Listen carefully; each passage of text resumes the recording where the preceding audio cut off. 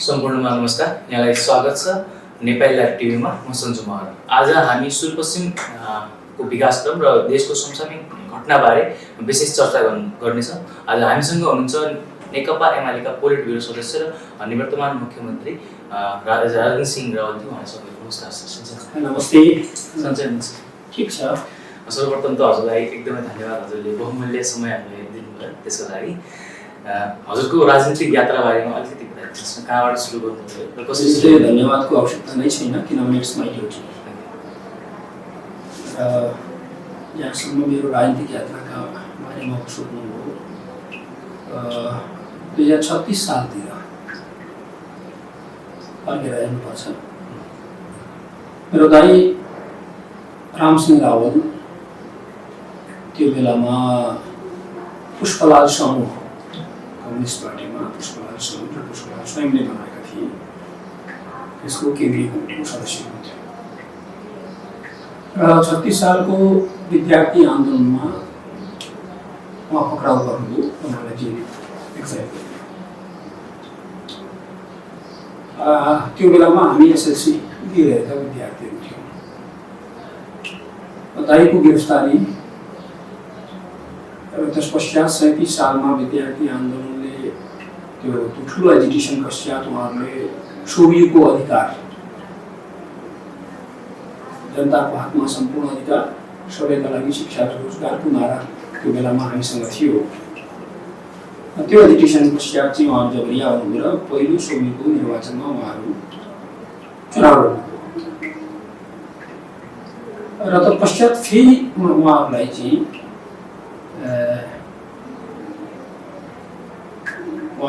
Sentence गर्यो। र त्यति बेला सबभन्दा पहिलो त के कुरा भने 36 सालको रेफरेन्डम, त्यसपछि आएर चाहिँ 37 सालमा जुन रेफरेन्डम भयो, रेफरेन्डममा हामीले प्रत्यक्ष रूपमा राजनीतिक रूपले पार्टिसिपेट गर्नु पर्यो। बहुदल कि निर्दल छनौट गर्ने सवालमा पहिलो चाहिँ के अरे मतपत्र निर्दलीय पञ्चायतका पक्षमा थियो र चाहिँ मेरो मतपत्र चाहिँ बहुदलको पक्षमा थियो।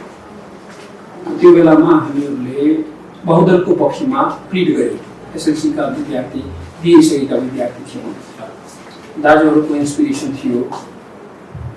त्यसमा झन् तपाईँहरूलाई जानकारी गराउँ, त्यो बेलामा मेरो बुवा इन्डियन आर्मीको रिटायर्ड क्याप्टन हुनुहुन्थ्यो र सार्वजनिक निर्माण शाखाको अफिस मैत्रीमा पहिलोपल्ट खोलेर उहाँले इन्जिनियरिङको पनि प्रारम्भ गरिसक्नु भएको थियो। स्वाभाविक रूपमा एउटा इन्डियन आर्मीको छोरा हुनाले फेरि एटमोस्फियरिक हिसाबले पनि हामीहरू चाहिँ यो लोकतन्त्रमै हुर्क्यौँ। भारतमा रहँदाखेरि पनि हामी चाहिँ लोकतान्त्रिक प्रणालीमै हामी हुर्क्यौँ र यहाँ आउँदाखेरि पनि 8 क्लासमा चाहिँ 33 सालमा म विद्यार्थी मेरो जीवनकाल चाहिँ इन्डियाको छोडेर नेपालमा आएर शारीरिक अध्ययन गर्थेँ र त्यो एसएलसी दिने क्रममा पनि राष्ट्रिय विकास सेवाका रूपमा राष्ट्रिय विकास सेवामा हाम्रा मास्टर्स गरिरहेका विद्यार्थीले कम्पलसरी 1 वर्ष जति आउटफिल्डमा आएर चाहिँ उहाँहरूले पढाउनु पर्थ्यो। त्यो बेलाका गुरुहरू प्रयागमान श्रेष्ठ, रविचरण श्रेष्ठ, रविचरण सिद्धिचरणजीका छोरा थिए र उनी डेमोक्रेट थिए। अर्कोतिर प्रयागमान श्रेष्ठजी कम्युनिस्ट नै थिए। त हाम्रो सम्पर्क चाहिँ एउटा कम्युनिस्ट फ्यामिलीमा, कम्युनिस्ट पार्टीको सेन्ट्रल कमिटीको मेम्बरसँग चाहिँ रहेका रामसिंह रावल यी परिवारबाट चाहिँ हामीहरू एक आपसमा चाहिँ त्यहाँबाट चाहिँ हामी जाने एउटा प्रभाव र त्यसमा पनि एउटा डिसिप्लिन लाइफ, आर्मीको डिसिप्लिन लाइफमा चाहिँ हुर्क्यौँ भने त्यति बेला हामी मार्क्सिजम बुझेर होइन, तर चाहिँ दाजुहरूको मार्क्सिजमतर्फको झुकाउ नै देखेर हामी त्यहाँ लाग्यौँ र पढ्दै जाँदाखेरि खास गरेर एसएलसी दिइसकेपछि मुन्शी प्रेमचन्द, शरदचन्द्र चट्टोपाध्याय जस्ता प्रगतिशील राइटरहरूका पुस्तकहरू पढ्नतर्फ चाहिँ हामी आकृष्ट भयौँ। कालान्तरमा हामी बैतडीमा म शिक्षक छँदाखेरि नि मेरा भाइहरूले पहिलोपल्ट अखिलको 2041 सालमा गठन गरे अन्धेरा समितिको। म त्यति बेला टिचर भइसकेका थिएँ शाइलेकमा। र उनीहरूलाई त्यति बेला राविसमै आएका केही सरहरूले इन्सपायर गरेका थिए। मलाई सम्झना छ त्यति बेला वासु भट्ट, रविन्द्र भट्ट, मेरो भाइ गजेन्द्र सिंह रावल आज नो मोर बितिसक्नुभयो। उहाँहरूले पहिलोपल्ट अखिलको स्थापना गरे र त्यो अखिलको स्थापनाका साथसाथै केही रचनात्मक क्रियाशीलताको अभियानमा नौलाहरूको सफाइ, गाउँघरमा लगेर युवाहरूलाई चाहिँ अलिकति बुझाउने ती कामहरू गरेर हामीले त्यति बेला वामपन्थी मुभमेन्टका लागि क्याडरहरू प्रड्युस गर्न सुरु गऱ्यौँ। त्योभन्दा पहिलेको अलिकति अझ जानकारी गरौँ। 39 सालमा म सिद्धनाथ साइन्स क्याम्पसमा पढ्न आएँ। सिद्धनाथ साइन्स क्याम्पसमा पढ्दै आउँदाखेरि मेरो सम्पर्क चाहिँ हाम्रो आदरणीय दाजु रुवादत्त पन्तसँग भयो। रुवादत्त पन्तजी त्यति बेला 39 तिर उहाँ चाहिँ सिद्धनाथ मल्टिपल क्याम्पस थियो, त्यसमा पेज बजारमा चाहिँ हाम्रो बैजनाथमा त्यहाँ पढ्नुहुन्थ्यो र उहाँ चाहिँ अन्धेरासुसँग आबद्ध हुनुहुन्थ्यो। 40 सालमा उहाँले अन्धेरासुको फाउन्डरको रूपमा कञ्चनपुरमा उहाँले काम गर्नुभयो। उहाँसँग 39 मा सम्पर्क भइसकेपछि उहाँले मेरो बिचमा केही भेटघाटहरू हाम्रो सम्पर्कहरू भए। 40 सालतिर मैले साइन्स क्याम्पस छोडेर मैथिली फिर्ता हुनु पऱ्यो। मैथिलीमा छँदाखेरि म मेरो घरमा आएर बस्नुहुन्थ्यो र हाम्रा बिचमा त्यही अन्धेरासुको बारेमा प्रोग्रेसिभ मुभमेन्टका बारेमा सानातिना छलफलहरू गर्नुहुन्थ्यो। र मैले राजनीतिक रूपमा उहाँलाई मेरो गुरुकै रूपमा मान्छु, किनभने राजनीतिक गुरु दाइ इन्सपिरेसन हो। दाइले कहिले पनि तिमीहरू यो गर त्यो गर कहिले पनि भन्नु भएन, तर उहाँले एक्सन्सले नै काम गर्नुहुन्थ्यो। उहाँका एक्सनहरू गाउँमा जाँदाखेरि नौलो सफाइ, भत्किएका कान्लामा चाहिँ कुनै कन्स्ट्रक्टिभ काम, केरा चाहिँ रोप्ने, भित्ता चिन्दिने, हामीलाई के पढ्छौ कसो गर्छौ भनेर चाहिँ सोध्ने मात्रै। र उहाँले मलाई पहिलोपल्ट 2039 सालमै मलाई 39 भन्दा नि पहिले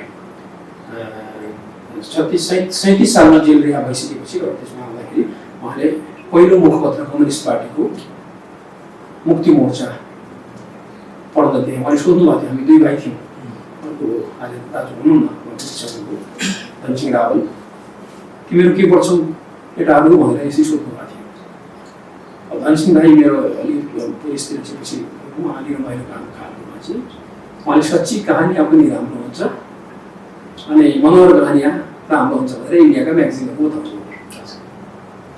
उहाँले सोद्धाखेरि मैले त्यही मुन्सी प्रेमचन्दको गोदान त्यो बेला पढेको पुस्तक शरदचन्द्र चट्टोपाध्यायका लिटरेचरको बारेमा जानकारी गराउँदाखेरि उहाँले मलाई ल्याएर त्यो आफ्नो मुखपत्र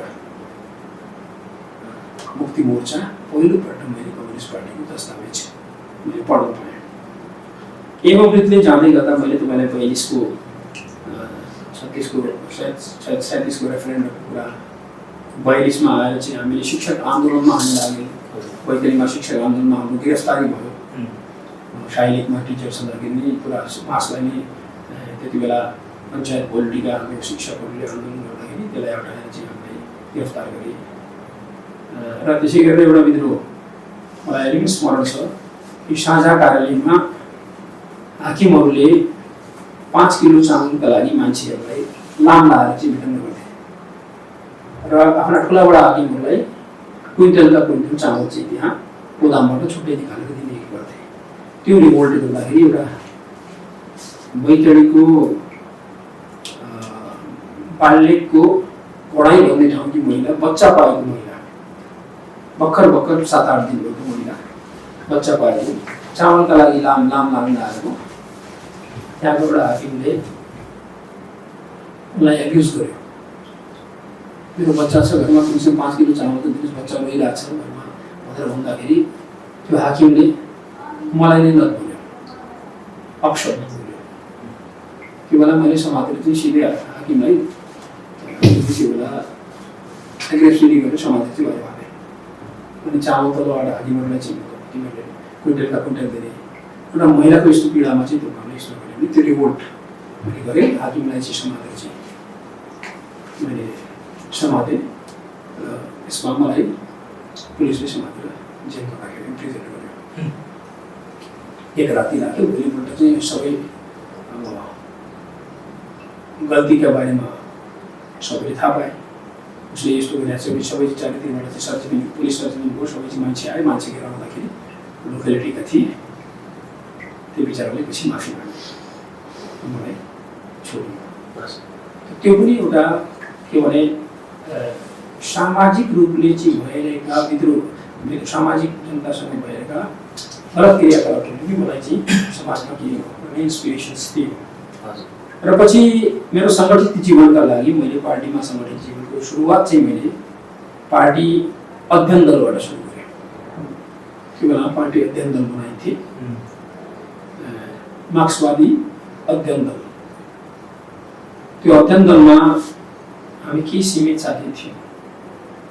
म थिएँ, ईश्वरी खरेलजी हुनुहुन्थ्यो, विक्रम शाही हुनुहुन्थ्यो, अरियालजी हाम्रो साथी अरियालजी हुनुहुन्थ्यो। त्यो सानो चाहिँ एउटा लाइब्रेरी हामीले 46 चाहिँ पछि बनाएको थियौँ। यद्यपि म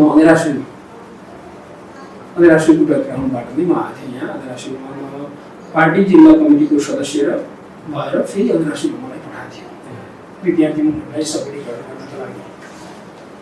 र जिल्ला कमिटीको सदस्य म पार्टी नेकपा एमालेको सदस्य 2048 सालमा नै म जिल्ला कमिटीको सदस्य थिएँ। त्योभन्दा पहिले म नगर कमिटीको सदस्य थिएँ। सिधै मलाई यो पार्टी फर्मेसनको चरणमा जति बेला पहिलो जिल्ला कमिटी भयो, जिल्ला सङ्गठन कमिटी भन्छ त्यसलाई, अर्गनाइजिङ कमिटी, त्यसको मेम्बरदेखि म मेरो राजनीतिक जीवन सुरु गरेँ। यो पार्टीमा विभिन्न बेलामा विद्यार्थी फाँटको इन्चार्ज, शिक्षक फाँटको इन्चार्ज, बुद्धिजीवीको इन्चार्ज, सङ्गठन विभाग प्रमुख, युवाहरूको परिचालनलाई चाहिँ हेर्ने जिम्मा, त्यसै गरेर पछि गएर चाहिँ उपसचिव 2 कार्यकाल उपसचिव भएर काम गरेँ। त्यो बेला सचिव फर्स्ट म्यान हुन्थ्यो। 2 कार्यकाल सचिव भएँ। 2 कार्यकालमा सचिव भइसकेपछि फर्स्ट म्यान नै सचिव हुन्थ्यो त्यो बेला। माथि महासचिव, तल चाहिँ जिल्ला सचिव। 2 कार्यकाल परिचालनको सचिव र त्यसपछि अञ्चल कमिटीको सदस्य र अञ्चल कमिटीको सदस्य सचिव त्यो भएँ। तत्पश्चात आएर चाहिँ मैले प्रदेशमा केन्द्रीय कमिटीको सदस्य र प्रदेश कमिटीको सचिव पनि भएर काम गरेँ केन्द्रीय कमिटीको सदस्यको साथै। तत्पश्चात चाहिँ म फेरि चाहिँ गएर चाहिँ पार्टीको पोलिट ब्युरो मेम्बर रूपमा रहेँ र सह इन्चार्ज सुदूरपश्चिमको सह इन्चार्जको रूपमा पनि भूमिका निर्वाह गरेँ। अनि पछि गएर म बझाङको इन्चार्ज, डडेलधुराको इन्चार्ज र मिसन ग्रासरुटमा बाजुरामा 4 पालिकालाई हेर्ने गरेर चाहिँ पार्टीले मलाई खटायो। र अहिले मेरो भूमिका भनेको सुदूरपश्चिमको प्रदेशको स्कुलको संयोजनकर्ता र केन्द्रीय स्कुल विभागको सदस्य पनि म छु र पार्टीको पोलिट ब्युरो मेम्बर र केन्द्रीय कमिटीको सदस्यको रूपमा भूमिका अदा गर्दैछु। यो मेरो राजनीतिक जीवनको बारेमा उतार छ। यस बिचमा मैले 2-3वटा भूमिका निर्वाह गरेँ। म यहाँको जिल्ला विकास समितिको उपसभापतिको हैसियतले निर्वाचित भएर 54 देखि 49 सम्म मैले स्थानीय जनप्रतिनिधि रूपमा मैले जिल्ला विकास समितिको उपसभापतिको रूपमा भूमिका निर्वाह गरेँ। अस्पताल विकास समितिको अध्यक्ष भएर मैले काम गरेँ। महाकाली साहित्य सङ्गमको फोरमको फाउन्डर बन्ने जिम्मेवारी पनि प्राप्त भयो र अहिलेसम्म पनि म महाकाली साहित्य सङ्गमको वरिष्ठ उपाध्यक्षको रूपमा चाहिँ काम गर्दैछु। म फ्रन्ट फेसमा चाहिँ अरूलाई राख्छु, म ब्याकबाट सपोर्ट गर्छु। र अहिले संसदीय फाँटमा हेर्दाखेरि अहिले प्रदेशले पार्टीले नयाँ पार्टीले मलाई चाहिँ मेरो नेकपा एमाले पार्टीले र राष्ट्रले र जनताले चाहिँ मलाई पूर्व मुख्यमन्त्रीको हैसियतले छोटो अवधिका लागि काम गर्ने अवसर दिएको छ। र तत्पश्चात चाहिँ मैले पनि प्रदेशमा संसदीय दलको नेता र को हैसियतले अहिले पनि काम गर्दैछु र प्रदेश सभाको सदस्य पनि काम गर्दैछु। हस्, अब अहिलेको सरकार गठनमा लगभग 9-10 महिना हुन लागिसक्यो। देशको दुईटा ठुला दल नेकपा एमाले र नेपाली कङ्ग्रेस गठबन्धनको जुन सरकार छ त्यो चाहिँ कार्यकर्ता र नेताहरूका लागि मात्र उपलब्धिमूलक भयो भन्ने छ। यसबारे हजुरको के जनतामा उही निराशा रहेको छ? तपाईँले प्रश्न त गर्नुभयो। मैले तपाईँलाई भन्न चाहन्छु जनता र कार्यकर्ताको लागि पार्टी भयो भन्ने कुरा चाहिँ यो सर्वथा गलत हो। निसन्देह सबभन्दा पहिले राष्ट्र हो। नेकपा एमाले राष्ट्र, राष्ट्रियता, राष्ट्रिय स्वाधीनताको पक्षपाती पार्टी पहिलो कुरा। दोस्रो एजेन्डा नै हाम्रो तपाईँ हामीलाई थाहा छ हामीले राष्ट्रकै एउटा भिजन दूरदृष्टि 2021 सम्म समृद्ध नेपाल र सुखी नेपालीको राष्ट्रिय आकाङ्क्षाको परिपूर्ति हाम्रो यो भिजन हो र त्यसका तहतमा अहिले पनि हामीहरू काम गर्दैछौँ। हामी 9 महिना को यो सरकार कोलिसन गभर्मेन्ट हो। यो हाम्रो आफ्नो गभर्मेन्ट भन्नाले हामी त्यो कोलिसन पार्टनर मात्रै हो। पहिले यो चिज गर्नुपर्छ किन कोलिसनमा न्यूनतम साझा कार्यक्रमका आधारमा चल्छ। यसमा विन विन एप्रोचमा जानुपर्छ र 3वटा राजनीतिक शक्तिहरू त्यसपछि छन्। नेपाली काङ्ग्रेस अहिले सरकार लिड गर्दैछ। हामी सरकारमा सहयोगी दलका रूपमा छौँ। त्यसै गरी नागरिक मुक्ति तेस्रो पाटो छ। 3 दलीय कोलिसन हो। कोलिसनमा न्यूनतम साझा कार्यक्रम बन्दाखेरि एकलौटी रूपमा नेकपा एमालेको कार्यक्रम बन्दैन, एकलौटी रूपमा काङ्ग्रेसको कार्यक्रम बन्दैन, एकलौटी रूपमा नागरिक मुक्ति बन्दैन। त्यसकारण त्यो कोलिसन म्युचुअल अन्डरस्ट्यान्डिङको ढङ्गले हामीले जानुपर्छ। यो त कस्तो भने मूल फोकस चाहिँ अहिले पनि के हो भने सङ्घीय लोकतान्त्रिक गणतन्त्रको मर्मत र स्पिरिटलाई बोक्ने हो। सङ्घीयताको सबलीकरण, समावेशिताको विस्तार अनि त्यसै सामाजिक न्यायको प्रत्याभूति, सोसियल जस्टिसको कुरा, विधिको शासन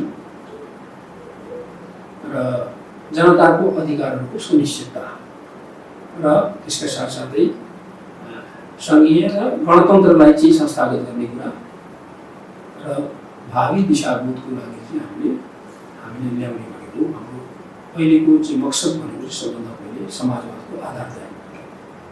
यिनै कामको सेरोफेरोमा हामी फोकस छौँ र सबभन्दा पहिले विधायकीय अधिकारतर्फ हामीले ध्यान दिनुपर्छ। अहिले पनि ल मेकर्सको भूमिका सबभन्दा पहिले हो। त ल मेकिङको प्रोसेसमा जाँदाखेरि चाहिँ हामीले अहिले यही सरकार आइसकेपछि यो 5 वर्ष पहिलेको सरकारले सोच्दै नसोच्न सकेका कुराहरू हामीले गरेका छौँ। अहिले म बताउँ तपाईँलाई कि प्रादेशिक निजामती सेवा ऐन आएको छ। स्थानीय तहको ऐन सदनमा टेबल भइसक्यो। 2-4 दिनभित्रै चाहिँ त्यो पनि पास हुन्छ। यो देशको कला, साहित्य, संस्कृतिलाई चाहिँ संरक्षण गर्नको निमित्त हामीले चाहिँ एमइडी गऱ्यौँ।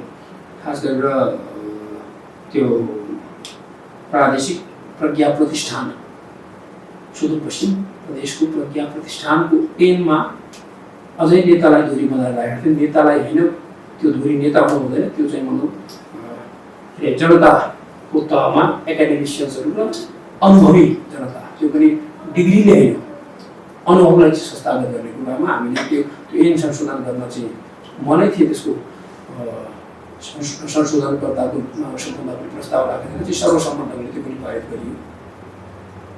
नेकपा एमालेकै इनिसिएसनमा आज प्रदेशको यो निजामती कर्मचारी ऐनमा पनि हामीले थियौँ पहिला चाहिँ संशोधन राख्ने प्रस्ताव राख्ने र स्थानीय तहको पनि संशोधन प्रस्ताव पनि म नै थिएँ। दलको नेताले 2टामा मैले राखेको, एउटामा मेरो दलको उपनेताले राखेको प्रस्तावका आधारले आज त्यो अगाडि बढेको छ। अनि कतिपय कार्यविधि लगभग 11वटा 10-11 ऐन, नियम, निर्देशिका र विनियमहरू हामीले यही पारित गरेका छौँ अहिले नै।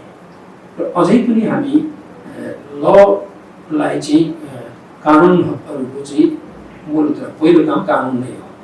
कानुनलाई चाहिँ बनाउने, कानुनको अझ उपयोगिता कति छ, बनेका कानुन यो खालि कपी एन्ड पेस्ट गरेर चाहिँ बनेका कानुनहरूलाई चाहिँ जनउपयोगी कसरी बनाउने, अडिटिङ, त्यसको अडिटिङ गर्ने कुराहरू पनि हामी गरिरहेका छौँ र त्यसलाई चाहिँ हामी त्यो गर्दैछौँ। दोस्रो काम, अहिले सरकारमा सहभागी त छौँ हामी। सरकारले नीति र कार्यक्रम ल्याउँदाखेरि यसपल्ट पहिलो नीति र कार्यक्रम ल्याउनेतर्फ चाहिँ अहिले गएका छौँ। किनभने योभन्दा पहिले कङ्ग्रेसको एकलौटी भयो र अरूहरूको सरकार थियो। हामी त सरकारमा सुरुमा 28 दिन विश्वासको मत नै दिएनौँ नि त। विश्वासको मत दिए भए त त्यसपछि तपाईँ हाम्रो त्यो कन्सेप्ट मसँग क्लियर छ। मैले त्यो बेला पनि भनेको थिएँ कि हाम्रो प्रायोरिटी के हो, एमालेको प्रायोरिटी के हुनसक्छ भन्दाखेरि मैले त्यति बेला पनि दिएको थिएँ, पढाइ, कमाइ, दबाई, पानी, खाने र जवानीको भरपूर त्यो लोकल टर्ममा भनेको चिज हो। पढाइ भन्नाले एजुकेसनमा ह्युमन रिसोर्स डेभलपमेन्ट, मानव संसाधनको प्रयोग र आवश्यक मानव संसाधन चाहिँ एग्रिकल्चरका फिल्डमा हो कि टुरिज्मका फिल्डमा हो कि हाइड्रो इलेक्ट्रिसिटी पावर इन्जिनियरिङका सवालमा हो कि आर्किटेक्चरका हिसाबमा हो कि त्यो चाहिँ अरू फिल्डमा भएको जनशक्ति उत्पादन, ह्युमन क्यापिटल फर्मेसनको कुरा पढाइ चाहियो। पढाइ खालि बुकिस एजुकेसन होइन, कपुरी क पढाएर चाहिँ त्यो किताबले केही पनि दिँदैन। त्यस कारण आजको युग सुहाउँदो त्यो डिजिटल फ्रेमवर्कलाई चाहिँ कसरी पुरा गर्ने भन्ने सवालमा डिजिटल या ई गभर्नेन्सको कुरा, ई कमर्सको कुरा र चाहिँ त्यसै गरेर चाहिँ आजको युग सुहाउँदो चाहिँ म भन्नु यो डिजिटल फ्रेमवर्कको कन्सेप्टमा जाने कुरा चाहिँ यससँग पनि रिलेट थियो र त्यसलाई चाहिँ आज प्रविधियुक्त शिक्षा, प्राविधिक उत्पादन, पढाइ त्यसका लागि चाहियो र त्यसले कमाइको साधन भन्नुभयो। पढेपछि के अरे त्यो बेरोजगार, शिक्षित बेरोजगार उत्पादन गर्ने थलो एजुकेसन गर्नु पर्दैन। अर्निङ एन्ड लर्निङका कन्सेप्ट्सहरू विद्यार्थीहरूको लागि यो पोहोर साल नै मैले नै राखेको छु। पोहोर सालदेखि सुरु छ। आज टिकापुरमा गएर कृषि विश्वविद्यालयका विद्यार्थीहरू चाहिँ अर्निङ एन्ड लर्निङका काममा लागेका छन्। हाम्रो युनिभर्सिटीका प्राध्यापकहरूले हामीले अब सुदूरपश्चिमको आवधिक योजना अपडेट गर्न सक्नेछौँ भनेपछि यो जनशक्तिको उपयोग, हाम्रो थिङ्क ट्याङ्क, फार्मेसन थिङ्क ट्याङ्क कहाँबाट बन्ने, यी तमाम कुराहरूका बारेमा हामीले दृष्टिकोण ल्यायौँ। अनि त्यसै गरेर पढाइ कमाइका लागि हो। आज विदेश पलायन भइरहेको छ, माइग्रेसनको जुन हाम्रो पेटर्न लहरको देख्दैछौँ, मान्छेमा लहर तानिँदैछ। त्यस कारण त्यसलाई चाहिँ कसरी यहाँ रोक्ने, त्यसका लागि कुन उपाय, इन्डस्ट्रियलाइज प्रमोसनका सवालमा हामी के गर्न सक्छौँ।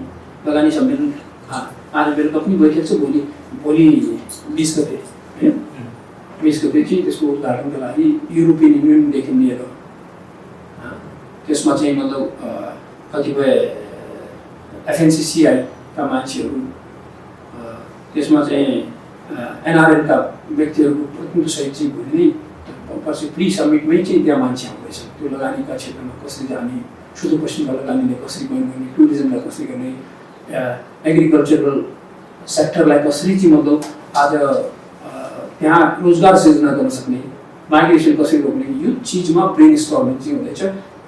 टुरिज्ममा नेचर, कल्चर र स्पिरिचुअल टुरिज्मलाई कसरी डेवाटोमी टुरिज्म सर्किट नै बनाएर चाहिँ कसरी अघि बढ्ने, यी तमाम चिज जसले जनताको आय स्रोतमा वृद्धि होस् अनि उद्यमशीलता, इन्टरप्रिनियरिजम डेभलपमेन्टका लागि चाहिँ युथहरूका बिचमा अर्निङ एन्ड लर्निङका कुराहरू स्टुडेन्ट्सको बिचमा, युथहरूका बिचमा अहिले पनि के हामी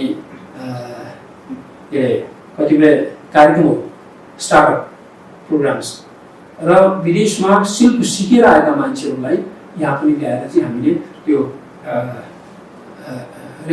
के भन्छ रिटर्निजलाई अर्गनाइज गरेर चाहिँ अगाडि बढाउने क्रियाकलापहरूको बारेमा सोचेर हुँदैछ। र विकास भनेको खालि चाहिँ इन्फ्रास्ट्रक्चरल डेभलपमेन्ट, भौतिक पूर्वाधारको विकास मात्रै विकास होइन, मानवीय विकास खै। भौतिक विकासले चाहिँ मतलब सडक त गाउँमा कुनामा पुग्यो नि होइन। हामीले नै प्रदेशले बनाएका सडकहरू चाहिँ तपाईँहरू भन्छौँ नि अहिले अहिले 5,700 भन्दा बढी त हामीले इन्टरनालाइज नै गरिसक्यौँ सडक। त्यो प्रादेशिक हाइवे कुन हुने, प्रादेशिक सहायक लोकमार्गको हुने र अन्य प्रादेशिक तहबाट गरिने सडकहरूको यही इन्टरनालाइज गरिसक्यो र बन्दैछ त इन्फ्रास्ट्रक्चर बन्दैछ। तर प्रोडक्टिभिटी वृद्धिमा चाहिँ तिनीहरूको योगदान, त्यस कारण त्यही प्रोडक्टिभिटीसँग चल्ने किन मानव पलायन भएछ, किन युथ जेनेरेसन चाहिँ अब मागिरहेको छ, त्यो निराशा छिर्ने गरी चाहिँ त्यस्ता हाम्रो स्टार्टअप प्रोग्राम्सहरू इनोभेसन्समा यो छोडलाई चाहिँ कसरी लाने, कसरी फर्काउने, कृषिको आधुनिकीकरण कसरी गर्ने, रूपान्तरणकारी चाहिँ कृषिका योजनाहरू के हुन सक्छन्, प्रविधिसँग चाहिँ किसानलाई कसरी जोड्ने र अर्कोतिर चाहिँ मैले भन्न हामीसँग भएका के अरे कतिपय सिड्सहरू, कतिपय चाहिँ मतलब भन्न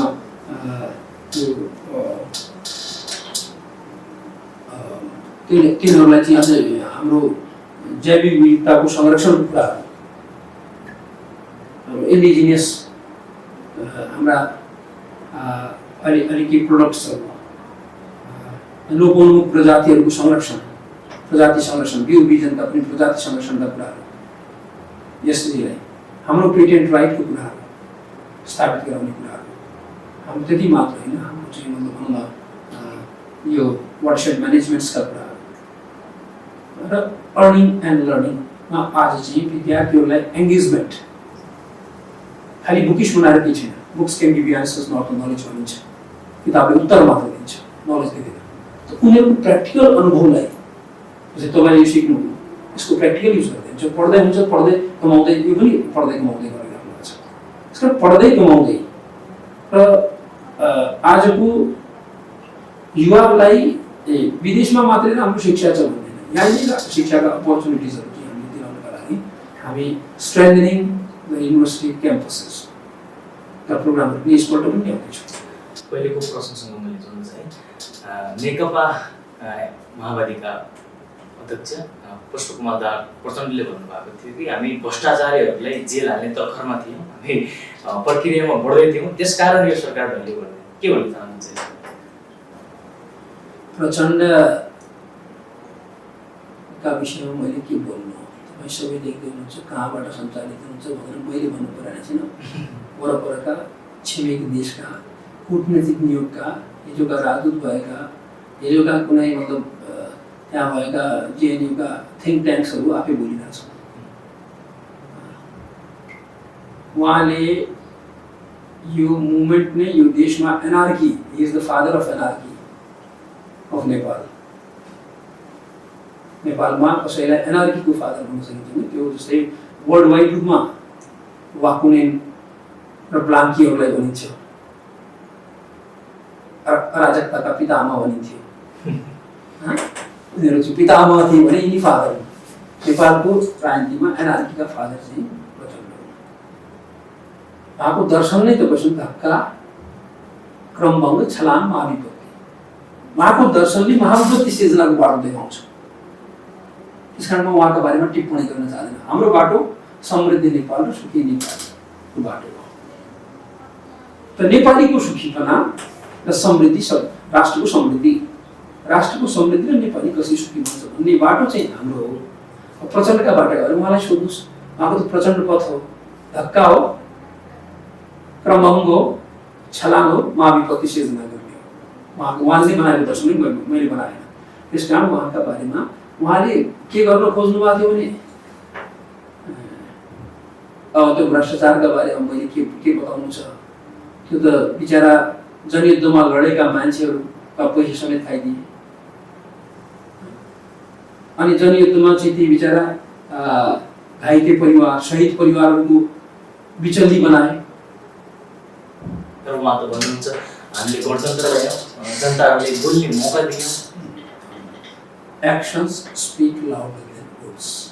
भन्ने मान्छ।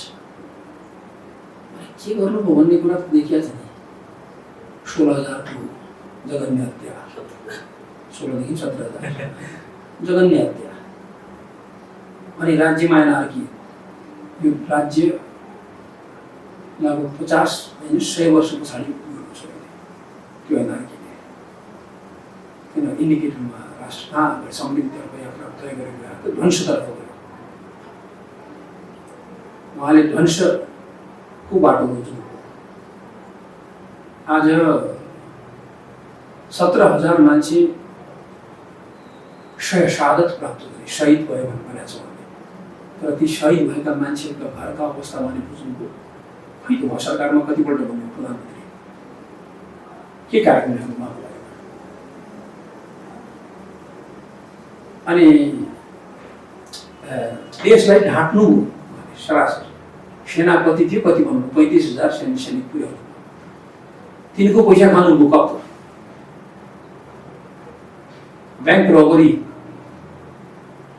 बैंक लुटेर चाहिँ पैसा ट्रेजरीमा हाल्ने भनेर आफै पहिलेकै शब्द सुन्दै हुनुहुन्छ त्यसकारण त्यो ढुकुटी राष्ट्रको ढुकुटी राष्ट्रका त्यत्र संरचनाहरू ध्वंस आज पुनः बनाउनु पर्ने स्थिति आयो राष्ट्र त्यो पुराना संरचनाहरू नयाँ संरचनामा इन्भेस्टमेन्ट भएको के हुन्थ्यो आज हामीले सुरुङ मार्गतर्फमा देशलाई लग्यौँ हामीले धरहरा ठडायौँ भत्किएको धरहरा ठडायौँ हामीले जम्मै संरचनाहरू चाहिँ राज्यको पुनर्संरचना भूकम्पबाट थला परेको देश उभलायौँ धरहरा ठड्याउनु चाहिँ एमएलएको उपलब्धि मानिन्छ हो नि त्यो धरहरा मात्रै होइन राष्ट्रिय सम्पदाको संरक्षण होइन भत्किएको संरचना बनाएको चाहिँ उपलब्धि कस्तो हो कसले बनायो र बालेन शाहले त सेतो टावर भनेको छ सेतो टावर बालेन के भन्यो भने एकै महिनामा आम्दानी कति हुँदैछ हेरे देख्नु पनि अस्ति सेतो टावर ठिक छ उहाँलाई सेतो टावरै लागेको छ उहाँको सडकमा चाहिँ एउटा बिजुलीका चाहिँ बत्ती लगाएको चाहिँ महान अनि धरहरा ठड्याउनु त लाग्यो होला नि पैसा श्रम लागेको छ मान्छे शक्ति लागेको छ संशोधन लागेको छ आज रेट अफ रिटर्न दिँदैछ अस्ति खबर आएको 1.5 करोड हो कि कति त मैले 1-2 महिनामा चाहिँ सङ्कलन भयो 2 महिनामा 1.5 करोड सँगसँगै वर्षमा कति हुन्छ त्यो पनि अफ सिजन हो जति बेला चाड बाड आउँछ त्यति बेला मान्छेको रोजत हुन्छ त्यति बेला के हुन्छ अनि त्यो कमसेकम त्यो हामीले हाम्रो सिम्बोलिक चाहिँ राष्ट्रको गौरवलाई चाहिँ झल्काउने ठाउँहरूलाई बनाउने कुरा अनि थला परेको काठमाडौँको रानी पोखरीदेखि लिएर पोखरी के बालेनले बनाए गफ लडाले गफाडीहरूका गफ चाहिँ धेरै सुन्न सकिन्छ पहिले त सभ्यता त बाल्यलाई सिकाउनु पर्छ एउटा मेयरको हिनाइको बडी ल्याङ्ग्वेजले पनि बताउँछ इज ए मेयर अर कहीँ कुनै काहीँको विलेन आएको मैदानमा ठुलो कपालको मारेर एउटा दुईटा टिभी मलाई चाहिँ आफ्ना युट्युबर्सहरूसँग राखेर चाहिँ गजबको छ बालेन भनेर चाहिँ के पुर्दैन मलाई सोशल मिडिया होइन प्रायोजित सोशल मिडिया जस्तै इन्डियामा एउटा मिडिया भन्ने गरेको छ कसैको नाम लिएर त्यसै गरेर यहाँ पनि त्यो बालेन मिडिया बालेन सिटी गाडीमा लेख्ने काठमाडौँ सिटी कि बालेन सिटी हो वाहियातका कुराहरू चाहिँ चलाउने यी चाहिँ बकवास हुन् जस मान्छेलाई सभ्यता छैन हिँड्दाखेरिको पङ्क्सहरू जस्तै जिप्सिजहरू जस्तै हिँड्छ अनि मेयर शालिन देख्दाखेरि मान्छे एक मेयर आयो तर जनताको मुटुमा त बस्न सफल भयो के को मुटुमा बसेको छ त्यो तपाईँको सोसियल मिडियामा भएर सोसियल मिडियामा बुस्ट गरेर जति पनि बनाउन सकिन्छ मुटुमा बसेको पछि देखेर दम्भ हो त्यो शक्ति भयो बेलामा मान्छेले दम्भ देखाउनु पर्यो शक्ति भएर जनताको नोकर मालिक होइन जनताको नोकर बन्न सक्नुपर्छ मालिक बन्ने अगाडि पुलिसका आफ्ना नगर प्रहरीका दम्बले चाहिँ गरेर अर्का घरमा ढुसेर आगो हाल्ने कसैका भत्काउने मत्ता हात्ती हो त्यो मत्ता हात्ती हलुङ्गो हुन्छ त्यसले सोच्न सक्दैन त्यो बेला उसलाई के छ भने आई एम द लर्ड भनेर सोचेको छ त्यो अर्को स्वरूप हो एनार्कीको अर्को एनार्कीको स्वरूप त्यस कारणले यसमा चाहिँ अब धेरै मैले तपाईँसँग भन्नु खोजेको कि खास गरेर प्रदेश सरकारले अहिले चाहिँ आफ्नो बजेट ल्याउँदैछ जनताप्रति उत्तरदायी बजेट ल्याउँछ हो। हामी चोरी गर्न दिँदैन, भ्रष्टाचार शून्य सहनशीलताले अघि बढ्छौँ। हटायो नि मन्त्री, जान्ने बित्तिकै हटायो, बेमानी गर्ने बित्तिकै मन्त्री छोड भन्यो, छोड्दैन बर्खास्त गर्छु हो। गुड गभर्नेन्सको पार्टीमा योलाई पनि हेर्नुपर्छ।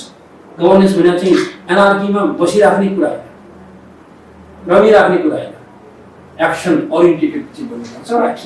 Action speak louder than words भनिन्छ नि, त्यो भन्नलाई होइन, एक्सनमा जानुपर्छ। त्यसका लागि चाहिँ हामी चाहिरहेका छौँ र पौष सालको बजेट असारमा आउनुपर्ने बजेट चाहिँ भदौमा, किनभने सरकारको उथलपुथल देशव्यापी हाम्रो कुरा हो, राष्ट्रिय राजनीतिमा आएको उथलपुथलको साथमा चाहिँ कुराहरू चाहिँ स्वाभाविक कुरा थिए। त्यस कारणले अलिक डिले भएको छ। हामीले त्यति सन्तुष्ट छैनौँ। हाम्रा कामबाट सन्तुष्ट, हामीले चाहिँ जनताका बिचमा राम्रा कामहरू छ हो। फेरि त्यो पहिलेको वर्ष ल्याएको बजेट चाहिँ ल्याएको त योभन्दा पहिलो दीर्घ स्वराडी सरकारले थियो। हामी त्यसका अन्त्यसम्म त्यसै कारण समर्थन नदिने भनेर चाहिँ भन्दै थियौँ, लास्टमा छोड्दै पऱ्यो हामीले। र त्यसैमा खालि किनभने लिपापोती गरेर त्यति बेलाका लागि कहिले टाइम वेस्ट ढल्किरहेको थियो। त्यस कारणले हामीले त्यो गर्नु। यसपालि हामी त्यसलाई चाहिँ जनताको दस्तावेजमा मानिसजी भिजिट भिसा प्रकरणबारे जुन रमेश लेख्नेमाथि आरोप लागेको छ, यो कतिको सत्य हो? यो कुरा मलाई किन सोध्नुहुन्छ? मलाई सोध्ने प्रश्न पनि होइन। अब यो प्रोपगन्डाका कुराहरूका बारेमा मैले केही बोल्नु पनि छैन। कसले के गर्यो, कसले के गर्यो मलाई थाहा छैन। त्यो प्रश्न तपाईँ बरु चाहिँ रमेशजीलाई नै सोध्नुहोस्, मलाई नसोध्नुहोस्। किनकि प्रधानमन्त्रीजीले उहाँलाई राजीनामा नदिन निर्देशन दिनु, उहाँलाई राजीनामा दिने कुरा चाहिँ म त यदि थियो भने प्रधानमन्त्री त्यसो भन्नु हुँदैन थियो।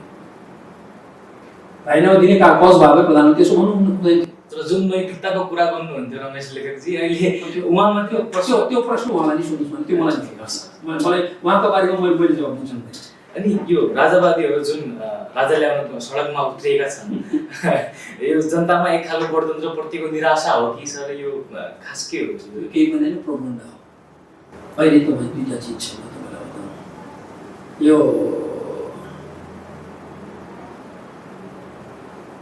मेरा बुवा 2049 सालमा बित्नुभयो। मलाई मेरा बुवाप्रतिको मोह त छ नि आज पनि। र मैले त के सोच्थेँ होला, मेरो बुवा अहिलेसम्म भइदिया भए राम्रो हुन्थ्यो। तर बुवा फर्किनु हुनु भन्ने पनि मलाई त्यतिकै थाहा छ। मैले एकछिन काठमाडौँमा गएर डरको मुर्दा कबाइना उठा मरेको मान्छे फिर्ता हुन्छ, मरेको राजनीति फिर्ता हुन्छ कसरी? त्यो त ज्ञानेन्द्रलाई पनि आफै थाहा छ नि, अरूलाई थाहा छैन नि ज्ञानेन्द्र फिर्ता हुँदैन भन्ने थाहा छ नि। कन्स्टिट्युसनले, संविधानवादमा चाहिँ विश्वास छ। संविधानले प्रेम्बलमै सार्वभौम सत्ता जनतामा निहित रहनेछ, अपरिवर्तनीय धाराको बनाएको छ।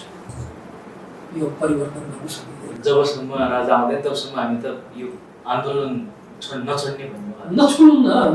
अहिले अब लोकतन्त्रमा एउटा ब्युटी के हो भने सबैले आफ्नो बोल्नु दिएको छ, बोल भनेको छ। हामीले त मुख थुनेका थिएनौँ, हामीले गोली हानेका थियौँ त्यसै गरी।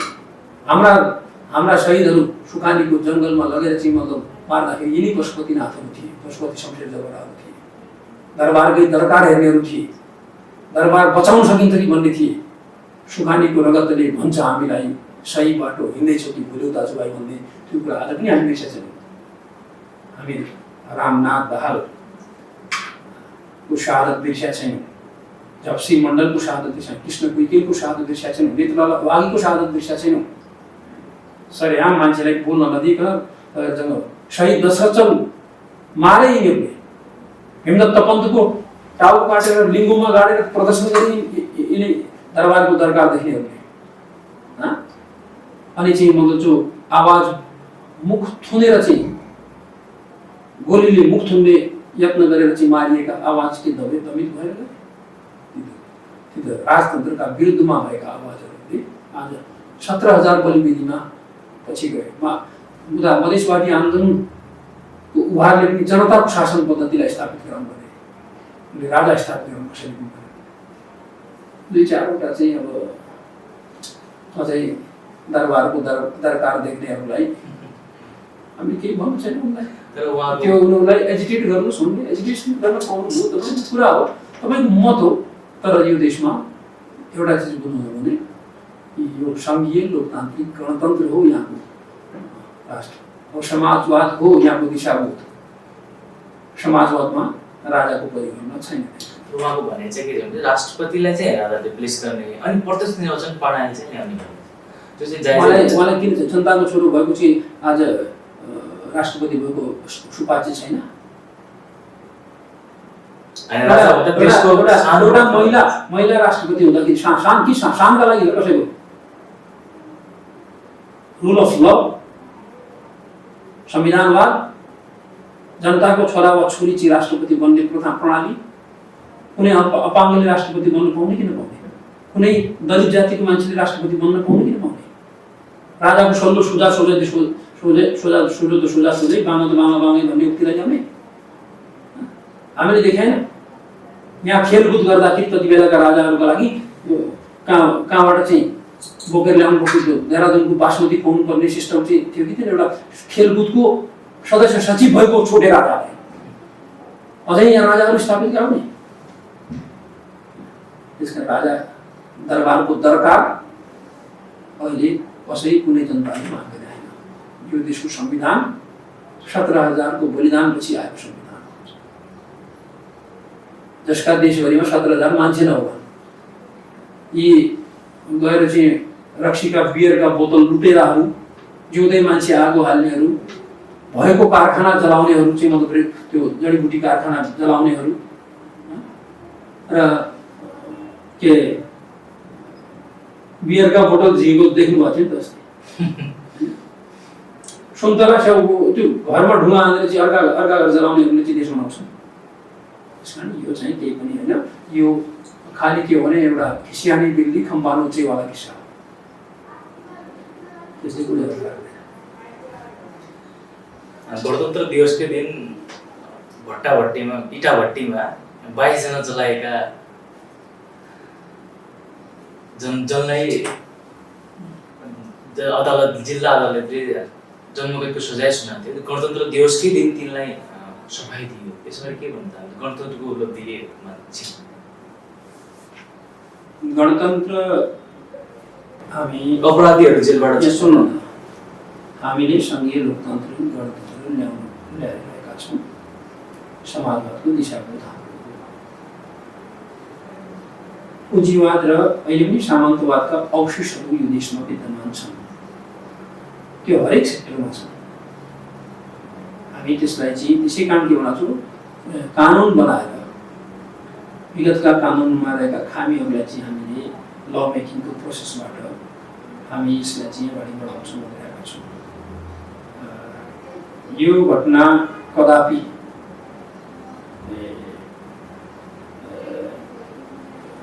पनि चाहिँ यो घटनाले चाहिँ बहुजनताको सार्वभौम सत्ताको रक्षाको पक्षमा बोल्दैन।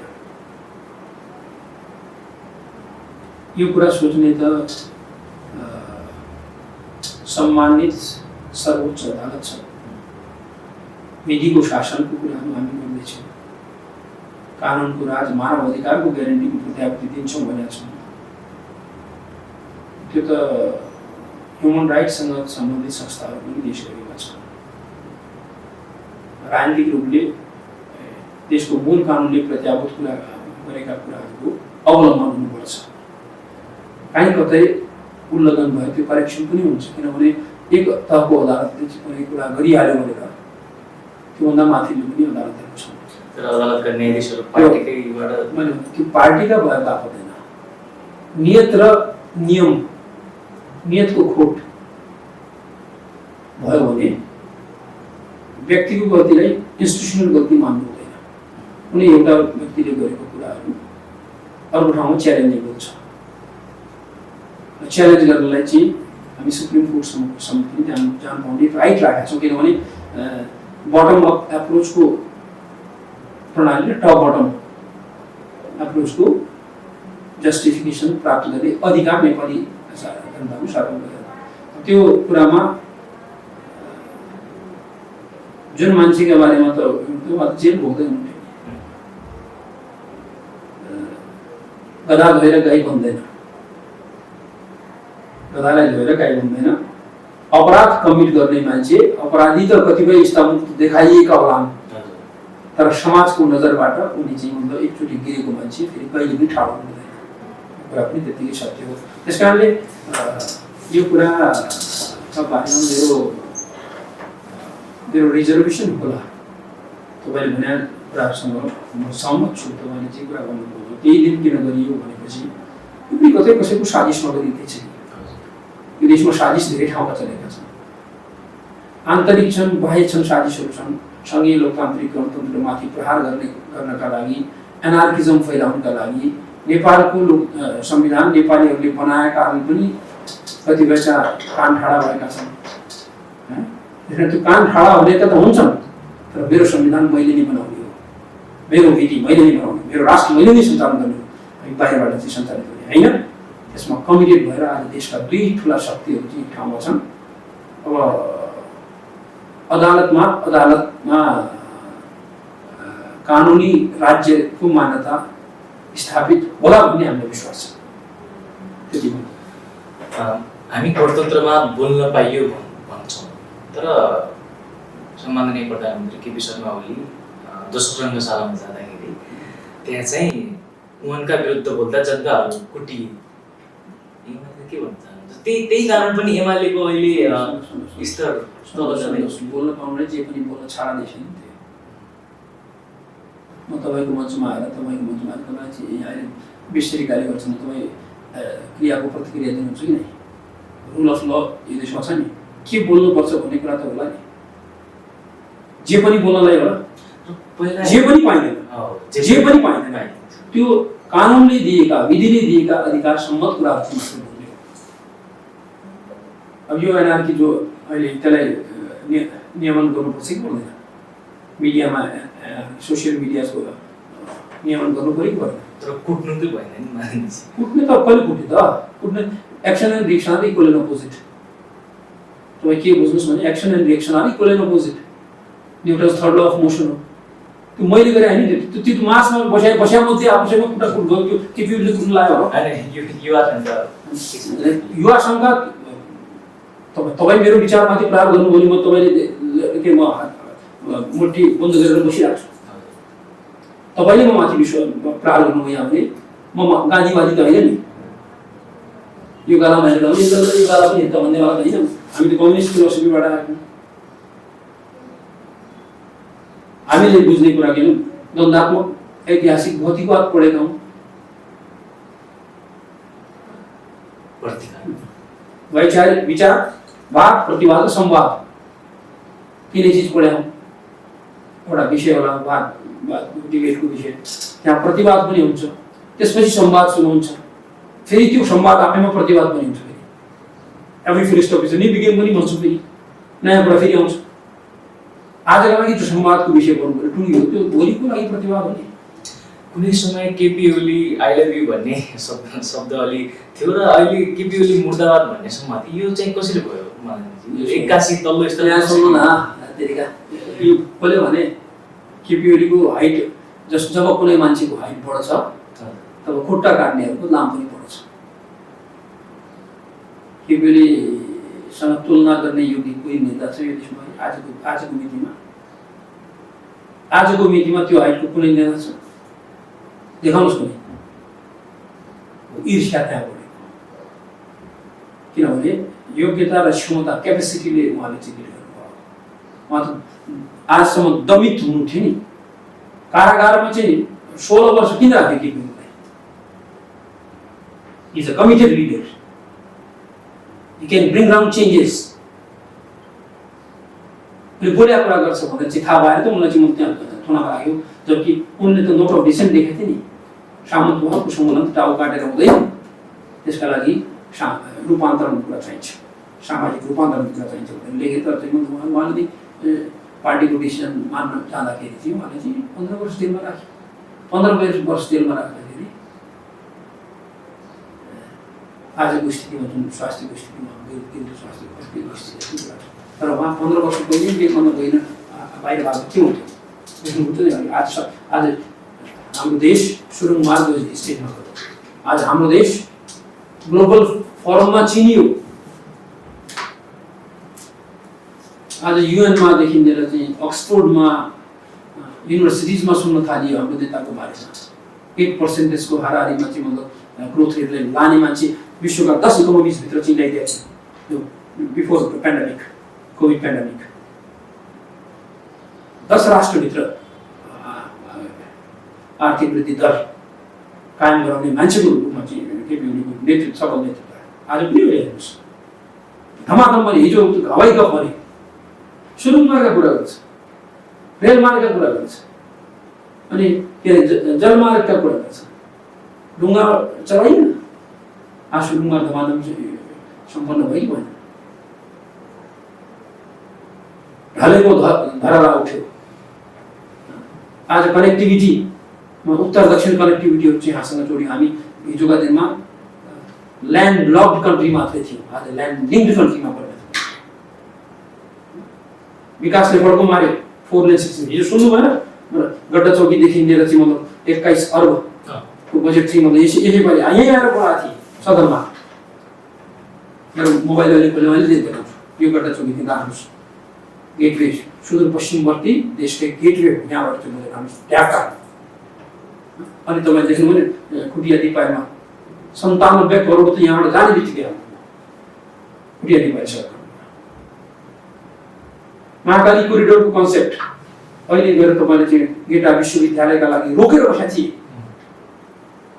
एउटा अमुक समाजवादी पार्टीको सभापति भएर रोकी चाहिँ त्यहाँ शिक्षा समितिमा चाहिँ रोकेर बसेका थिए। इम्पेरिकल युनिभर्सिटीबाट कायाकल्प, देशको कायाकल्प गर्ने विजन उता चाहिँ सिँचाइका क्षेत्रमा, टुरिज्मका क्षेत्रमा, इन्फ्रास्ट्रक्चरल क्षेत्रमा। अब बुझ्दैन टावर खडायो भने झापामा त्यो त बिजनेस कम्प्लेक्स हो नि, चल्छ नि। अब सुरु बन्न समय लाग्यो, अब कम्प्लेक्स सुरु हुन्छ त इन्टरनेसनल ट्रेडर्सहरू आउँछन्, ट्रेडर्स हब बन्छ। धराना खड्दाखेरि धरानामा खर्च गरी पकडका खर्च गरे भन्थे 1 महिनामा 1.5 करोड आयो। खालि माथि तलमा चढ्नेहरूको राम्रो मात्रै। त्यहाँ खाना खानेहरू चाहिँ अरू सबै क्यालकुलेट गरेर के हुन्छ, त्यहाँ रेस्टुरेन्ट कति चलाएको छ, कस्तो ठाउँ बनाएको छ, राष्ट्रिय चाहिँ मनोरञ्जनका ठाउँ, रिक्रिएसन सेन्टर्सहरूको रूपमा चाहिँ कसरी बढिरहेको छ। काठमाडौँका सडक के त्यो बालनले बनाए? रिङ रोड चाहिँ चाइनिज कम्पनी ल्याएर इन्भेस्टमेन्ट गरेर चाहिँ पुरा रिङ रोड बनाउने काम।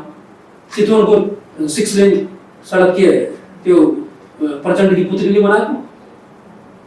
सेन्ट्रल गभर्मेन्टको। झापादेखि लिएर चाहिँ अब कञ्चनपुरसम्म, कञ्चनपुरबाट अब यस वर्ष नै सुरु हुँदैछ फेरि 4 लेन 6 लेन, बिच बजारमा 6 लेन हुन्छ तर त्यो 4 लेन हुन्छ। त्यसको यो कायाको भिजनरी लिडरसिप, जब लिडरसिप भिजनरी हुन्छ, दूरदृष्टा हुन्छ, राष्ट्रियताको पहरेदार, कोइन सिक्का छाप्यो, नक्सा छाप्यो, मेरो देशको सोभरेन्टीका बारेमा इज नट च्यालेन्जिङ। सोभरेन्टी र सोभरेन नेसनको राइट युएनमा बराबरै हो। ठुला देश र भूगोलले ठुला नै हुँदैन। त्यो राइट त मेरो पनि सोभियत के अरे युएनमा चाहिँ मतलब भोटिङ राइटमा त मेरो पनि एउटै हो। त्यो जतिसुकै भूगोल ठुला भएका देशहरू पनि उत्तिकै हो। त्यस कारण मेरो आफ्नो सोभरेन्टीले आफ्नो नेसनलाई नेसनलिटी फर्स्ट, नेसन फर्स्ट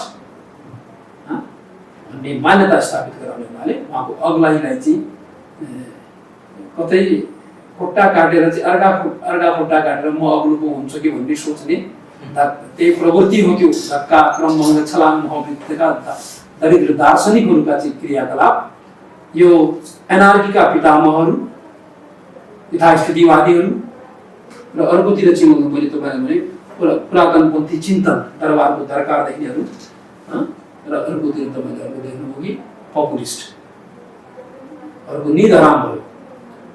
त्यस कारणले प्रहार चाहिँ उहाँमाथि केन्द्रित गरियो। हामीले देशको घटनाक्रमबारे केही चर्चा गरौँ र अब हामी सुदूरपश्चिमको विकासक्रमबारे केही चर्चा गरिन्छ। मानिज्यू हजुरको कार्यकाल एक महिना मात्र गयो होइन? 28 दिन 28 दिनमा त 28 दिन। त्यो समयमा त्यस्तो केही खासै काम गरेको हामीले देख्न पायौँ। मैले गरेँ, एक दिनमा पनि गर्न सकिनँ। मैले गरेँ। मैले वेस्ट सेती SR6 लाई चुनौती दिने गरी अदालतमा मुद्दा हालेको थियो। नथेको this is our game changing project.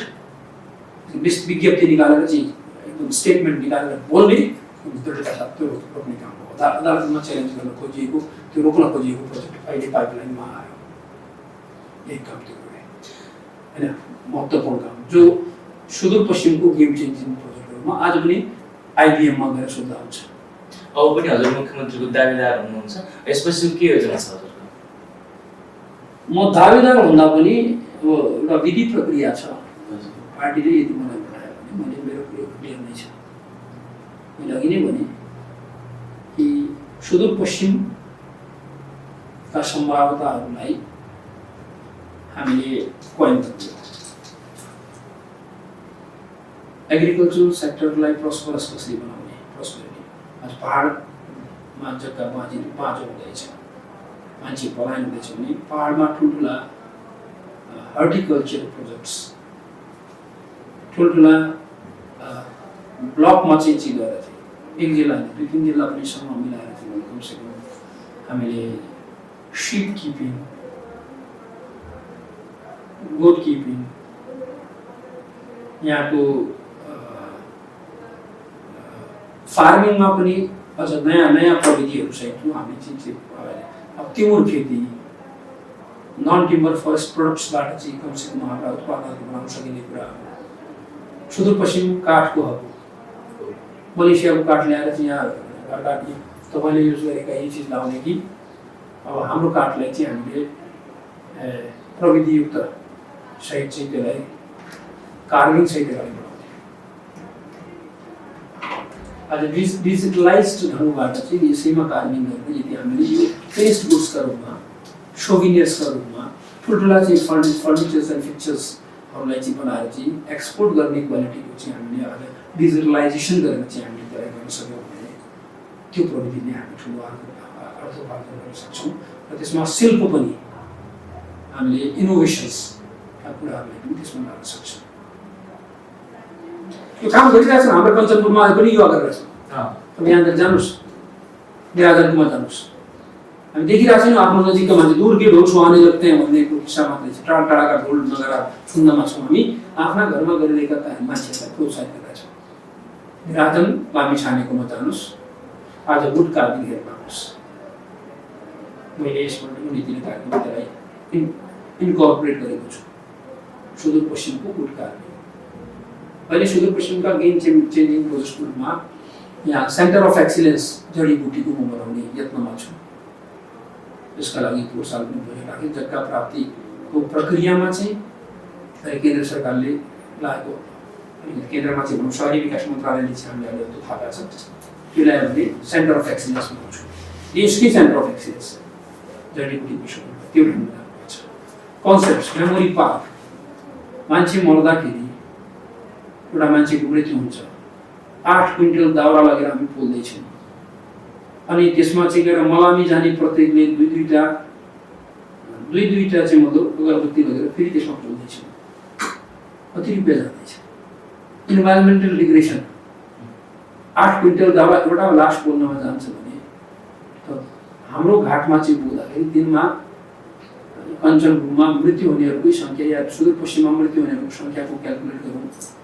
केही नभए पनि सुदूरपश्चिमभरिमा एक दिनमा 1000 मान्छे बित्छन् होला। 9 जिल्लामा लाएर कोही दुर्घटना बित्छन्, कोही अस्पतालमा बित्छन्, कोही चाहिँ सामान्य मौतमा छन्, कोही आज ह्याङ्गिङ सुसाइडल केसहरू चाहिँ अस्पतालमा हेर्नुहोस्। मेन्टल स्ट्रेसमा आएका, डिप्रेसनमा गएका मान्छेहरू यसरी हेर्दाखेरि चाहिँ त्यो मर्दाखेरि ती मान्छेको लास पोल्दाखेरि चाहिँ मात्रै पनि हामीले कति काठहरू युज गरिरहेका छौँ र त्यसका लागि जङ्गल समाप्त हुँदैछ।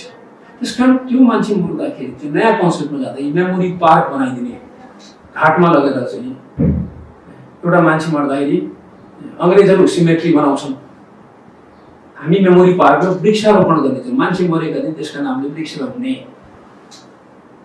र त्यहाँ चाहिँ स्यान्डल कोलाउने हो कि समीको लाउने हो कि त्यहाँ चाहिँ मतलब कमसेकम यो विजय सालको वृक्ष रोपिदिने हो कि त्यो उत्पादन हुँदाखेरि 30-35 वर्षपछि त्यो वृक्ष त ठुलै हुन्छ। इन्भाइरोमेन्टल कार्बन ट्रेडिङका लागि पनि त्यो भोलि काम लाग्छ, आउने सन्ततिको लागि उनको मेमोरी पनि रहिरहेको छ।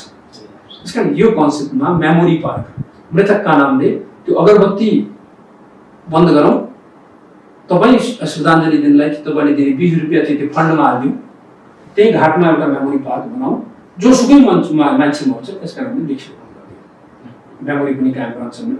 फलाना वृक्ष मृतकको नामको वृक्ष रहन्छ। कपल्स पार्क पनि बनाउन सक्छौँ। युवा युवतीहरू चाहिँ मन्दिरहरूमा गएर काठमाडौँमा देख्यौँ त्यो पशुपतिनाथमा उता चाहिँ के भन्छ त्यो स्वयम्भूनाथमा त्यो रुखमा कोरेर बसेका छ। एउटा ओपन स्पेस दिदियो भने आजका जमानामा ठिक छ, अब त पढ्ने विद्यार्थी पढे लेखा मान्छन्, एरेन्ज म्यारेज भन्दा पनि अन्डरस्ट्यान्डिङमा म्यारेज गर्छन्, लिभिङ टुगेदरको कल्चर चाहिँ विदेशमा लगाइरहेको छ। तपाईँकै सन्तान तपाईँ त्यसलाई चाहिँ एक्सेप्ट गर्दै हुनुहुन्छ भनेपछि अन्डरस्ट्यान्डिङ बढाउनका लागि कपल्सहरूका पार्कको रूपमा चाहिँ लगाउनेलाई एक दोस्रोलाई बुझ्ने यत्न गर्ने सबै कपल्स बस्ने ठाउँ चाहिँ बनाइदियो भने त्यसले पनि आम्दानी, त्यसलाई सोर्स अफ इन्कमको रूपमा प्रवेशको पैसा लिने, टिकटिङ गर्ने लाग्ने। सेरेमोनियल पार्क बनाउन सकिन्छ। बर्थडेका दिन चाहिँ फु गरेर त्यो केक काटेर फु गर्ने बत्ती निभाउनेवाला सिस्टम भन्दा पनि सेरेमोनियल पार्क बनाउने, त्यहाँ वृक्षारोपण गर्ने, त्यहाँ सेरेमोनी कसैको सेरेमोनीलाई होस्ट गरे बापत पैसा लिने सिस्टम, अर्गनाइज गर्ने सिस्टम चाहिँ बनाइदिए साथीहरू एकत्र हुने ठाउँ हुन्छ। घरमा चाहिँ मान्छे भिडभडाका गर्नुभन्दा सेरेमोनियल पार्क नै गएर चाहिँ त्यो सेलिब्रेसन्सहरूलाई राख्ने, त त्यससँग चाहिँ इन्भाइरोमेन्टलाई जोड्ने। त्यस्ता पार्क बनाउँदाखेरि त्यहाँ पनि वृक्षारोपणको कार्यक्रम, ती नामले वृक्षारोपण, जन्मदिनको एनिभर्सरीका दिन 2 कपल गएर चाहिँ श्रीमान श्रीमती गएर चाहिँ रोप्ने, 2टा बोट रोप्ने, बच्चाको जन्मदिनका वृक्षारोपण गरिदिने, न्युले चाहिँ मतलब इन्भाइरोमेन्टल डिग्रेसनलाई रोक्ने। त घाट र चिहानको ठाउँमा मैले त्यही भन्न सकेँ, मेमोरी पार्क त्यही भन्न सकेँ, ceremonial park, senior citizen park,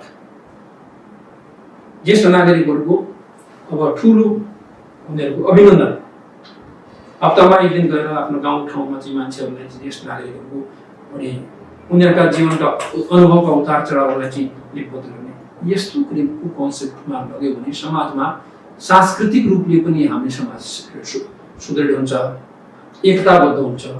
community works, road साइडमा कोअपरेसन अन रिभाइटलाइजिङ इन्भाइरोमेन्ट, विद्यार्थी अब यो वृक्षारोपण त नर्सरी वन कार्यालय किन बनाउने, 1 देखि 8 क्लासका विद्यार्थीहरूलाई पुष्प खेतीका लागि साना बोर्ड लाउने कल्चर, ग्रिन फोर्स कल्चर चाहिँ हामीले हुर्काइदिने काममा लाग्थ्यो।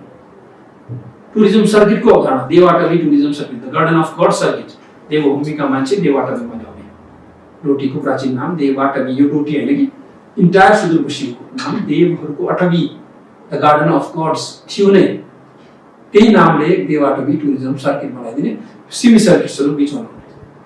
ब्रह्मदेवमा आएको मान्छे सिद्ध बाबाको मन्दिरमा 50 लाख आउँदैछ, अगाडिपट्टि एउटा सङ्ग्रहालयको भवन बनाएको छौँ, 6 वर्षदेखि त्यो हस्तान्तरण भएको छैन। त्यो बनाएको प्रदेश सरकारले हो, यहाँले बनाएन। अनि त्यसभित्र चाहिँ कमसेकम त्यो अलिकति सङ्ग्रहालय गरेर सङ्ग्रह गरेर राखेको इन्कम 20 रुपियाँ 10 रुपियाँ टिकट लगाएर 10 रुपियाँको एउटा टिकट लगाएर चाहिँ भित्र पसायो भने 50 लाख आउँदाखेरि 10 लाख मान्छे बस्यो भने कति रुपियाँ हुन्छ? 1 करोड रुपियाँ आम्दानी आउँथ्यो। इन्कम जेनेरेसन त्यहाँ 2-4 जनाले रोजगार पाउँथे। त्यो रोजगार सिर्जना गर्ने कुरातर्फ मान्छे गइरहेको छैन। अहिले ठुल्ठुला खुवाबहरू देखेर भ्रष्टाचारको इकोनोमी आज हामीले देख्यौँ। यहाँ के बनाउने, डिपिआर बनाउने इकोनोमी, खोला खरेका ग्रेभेलहरूमा खेलिएका इकोनोमी। यसपालि चाहिँ आर्मीले काम गर्दैछ, सरकारले बुझाएको छ। यहाँ ठेकेदारलाई कहिले काम पुरा नगरेर आफ्नो टाइम बिताउँदै जाने, कम्पनसेसन माग गर्दै जाने, अनि त्यसलाई भ्यू गर्नुहोस् भन्ने नाटकबाजी गर्ने। महाकालीमा अहिले आर्मी लाइट नेकपा एमालेको वर्तमान सरकारले गर्यो, पुरा आर्मी देशको आर्मी काम गर्छ। गएर हेर्नुहोस्, त्यो समाचार बनाउनुहोस्। नेपालमा नेपाली सेनाले काम गर्दैछ अहिले, नदी नियन्त्रणको काममा धमाधम लागेको छ। ठेकेदार बस्नुभन्दा ठेकेदारले भिओका नाममा त्यो पैसा थप्दै जाने, कमिसन खाँदै जाने, ठेकेदारले काम कहिले कम्प्लिट नगर्ने, 3 वर्षभन्दा बढी भइसक्यो। अनि उसलाई चाहिँ हामीले उसको म्याद थप्दै गर्ने, अनि भत्काउँछ, बाढी आउँछ भत्काउँछ, अनि त्यसको कमिसन थप्छ। गिट्टी बालुवा युज गर्छ, पैसा तिर्दैन। त्यसकारण यो जुन किसिमको कमिसन तन्त्रको जालो छ यसले चिर्ने सवालमा पनि हामीले ध्यान दिनुपर्छ। यसका लागि चाहिँ हामीसँग अलिकति भिजन हुन्छ। त्यो भिजनमा प्रदेश सरकार अब नयाँ भिजनहरूका साथ अगाडि बढ्छ। कृषिमा नयाँ भिजन, टुरिज्ममा नयाँ भिजन, वन वातावरणमा मैले वुड कार्भिङदेखि नै तपाईँलाई केही कन्सेप्टहरू सुनाएँ, नयाँ कन्सेप्टहरू चाहिँ अगाडि बढ्न, नक्षत्र वाटिकाहरू बनाउने, अर्बन प्लानेसन, नक्षत्र वाटिका चलिरहेको वर्ष, युनिभर्सिटीहरू विश्वविद्यालयहरूमा चाहिँ रिसर्च सेलहरू बनाइदिने, रिसर्च सेन्टरहरू बनाइने, मानव संसाधनको उपयोगलाई चाहिँ भन्दा कमसेकम लाइक थिङ्क ट्याङ्कको रूपमा विकसित गर्ने, कल्चरल कन्जर्भेसनको पार्टमा जाने, इकोलोजी र इकोनोमीलाई चाहिँ गर्ने, अब वन्यजन्तुबाट जनतालाई कसरी जोगाउन सकिन्छ, रिहेबिलिटेसन सेन्टर्सहरू चाहिँ वन्यजन्तुहरूको यो प्राकृतिक स्रोत त्यो कोष, राहत पीडित कोषको अवधारणाहरू ल्याउने, अनि डल्फिन सिटी त्यसबाट त्यहाँ कर्णालीमा आउने डल्फिन त्यो टिकापुरलाई डल्फिन सिटीको नामले चाहिँ प्रमोट किन गर्ने। अब टुरिज्मलाई एउटा पुरै सर्किटका रूपमा चाहिँ कसरी लाने कुराहरू चाहिँ मिनी सर्किट्सहरूमा चाहिँ हामीले प्रमोसनल एक्टिभिटीहरूलाई कसरी लाने भन्ने बारेमा, यो पनि इकोनोमीमा मान्छेले कन्ट्रिब्युट गर्ने कुरा। अर्निङ एन्ड लर्निङ विद्यार्थीहरूका लागि तिनलाई चाहिँ कुनै अर्का देश पठाउनु पर्दैन, यहीँ आफ्नो देशमा आफ्ना पहाडहरू उठाउने, आफ्नो खेत गएर आफ्नो भूगोलसँग परिचित हुने, यहाँको फ्लोरास र फोनासँग परिचित हुने, यहाँको इकोनोमीलाई चाहिँ यहाँको वनसँग सम्बन्धित, वनको कृषिसँग सम्बन्धित, कृषिमा जेटिएको सुदृढीकरण, नर्स विद्यालय नर्सिङ कार्यक्रम। अब चाहिँ हामीले चाहिँ अर्कोतिर चाहिँ अर्को के गरेका छौँ, एक जिल्ला एक उच्च शिक्षाको मतलब कमसेकम क्याम्पसलाई चाहिँ प्रमोट गर्ने कुराहरू, एक जिल्ला एक आर्कियोलोजिकल साइटका अवधारणा पोहोर सालदेखि हामीले सुरु गरेका छौँ। दार्चुलाको उखु र चाहिँ डन्जाको अझै मेरो उत्खनन सुरु भएको छ। त्यस कारणले यस्ता कार्यक्रमहरूमा अझ प्रमोसन गर्ने कुराहरूमा हामी ध्यान दिइरहेका छौँ र सुदूरपश्चिम बन्दैछ। ट्याक्कै देखिने कुरा एकै दिन देखिँदै रोडमा सडक सञ्जाल गुरु योजना बनिसक्यो, प्रादेशिक सडक सञ्जाल गुरु योजना बनिसक्यो। त्यो गुरु योजनामा मात्रै काम गर्ने 5700 किलोमिटर सडक। त्यो अहिले यहाँ पनि तपाईँलाई जानकारी गराउँ, ब्रह्मदेवदेखि लिएर हाम्रो गोदावरीसम्मको प्यारल सडक, नहरको चाहिँ प्यारल सडक त्यो भन्छ गुरु योजनामा राख्यौँ नयाँ सडक। किन अल्टरनेटिभ रोड थिएन हामीसँग, सिधा यहाँबाट 5 पालिका जोड्छ, हिमदत्त नगरपालिका जोड्यो, उतापट्टि बेतकोट, शुक्लाफाटा, कृष्णपुर र गोदावरी 5 सडक त्यो जोड्ने सडक चाहिँ नहरकै किनारबाट चाहिँ हामीले त्यसलाई चाहिँ एउटा नयाँ हाइवेको रूपमा चाहिँ डिजाइन गर्दैछौँ। यहाँको चाहिँ यही नगरको हिसाबले हेर्दाखेरि चाहिँ तपाईँलाई मैले भने यो पर्यटन सडक तल्लो किनारबाट यो आदिसारदेखि लिएर चाहिँ त्यो किनारी किनारबाट पर्यटन सडकको धारणा यो गुरु योजनामा समेटिएको छ। रिङ रोडलाई पर्यटन सडकको रूपमा ल्याएको छ। पोहोर साल भत्केका पूर्वाधार तपाईँले केही भएन मात्रै भन्नुहुन्छ, पोहोर साल भत्केका पुलहरू 6, 8 र 7 जोड्ने पुल 2 करोड 2 लाखको ठेक्का भइसक्यो, त्यो पुल बन्दैछ। उतापट्टि 10 नम्बर वडा र 8 नम्बरको बिचमा जोड्ने त्यो पुल भत्किएको छ, 3 करोड 3.5 करोड भन्दा बढीको रकम त्यसमा छ। त्यो काम ठेक्कामा गइसक्यो, बहुवर्षीय योजनाको रूपमा काम हुँदैछ। यता गज्जरमा अर्को पुल भत्किएको थियो, 4 करोड कति लागेको थियो त्यो